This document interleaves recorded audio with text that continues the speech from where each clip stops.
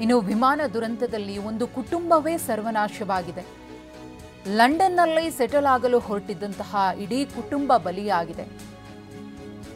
ಪತಿ ಪ್ರದೀಪ್ ಜೋಶಿ ಮತ್ತು ಪತ್ನಿ ಡಾಕ್ಟರ್ ಕೋನಿ ವ್ಯಾಸ್ ಹಾಗೆಯೇ ಈ ದಂಪತಿಯ 3 ಮುದ್ದಾದ ಮಕ್ಕಳು ಸಜೀವ ದಹನವಾಗಿದ್ದಾರೆ.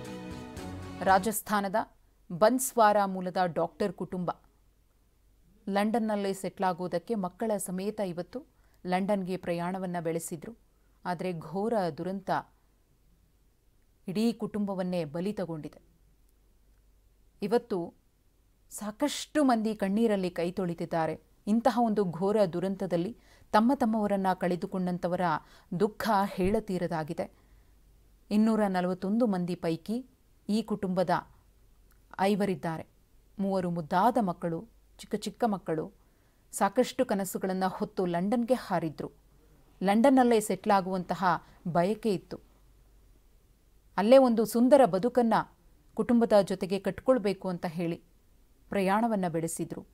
ಆದರೆ ಕೇವಲ 30-40 ಸೆಕೆಂಡ್ನಲ್ಲೇ ಅವರ ಕನಸು ಸುಟ್ಟು ಭಸ್ಮವಾಗಿದೆ.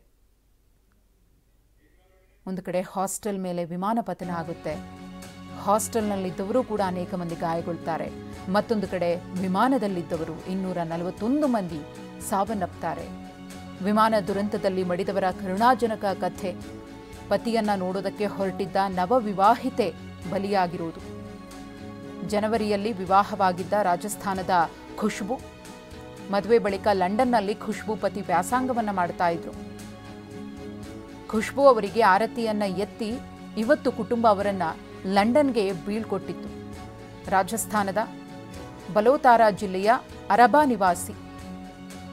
ಪತಿಯನ್ನ ನೋಡಬೇಕು ಅನ್ನೋ ಆಸೆ ಕಂಗಳಿಂದಲೇ ವಿಮಾನವನ್ನ ಹತ್ತಿದ್ರು. ಈಗಷ್ಟೇ ಮದುವೆ ಆಗಿದ್ದಂತಹ ಜೋಡಿ ಇದು. ಪತಿಯನ್ನ ನೋಡೋದಕ್ಕೆ ಹೊರಟಂತಹ ಪತ್ನಿ ಈ ದುರಂತದಲ್ಲಿ ಬಲಿಯಾಗ್ತಾರೆ. ಅವರ ಕುಟುಂಬಸ್ಥರು ಕೂಡ ಖುಷಿಯಲ್ಲಿ ಮಗಳನ್ನು ಕಳಿಸ್ಕೊಟ್ಟಿದ್ರು.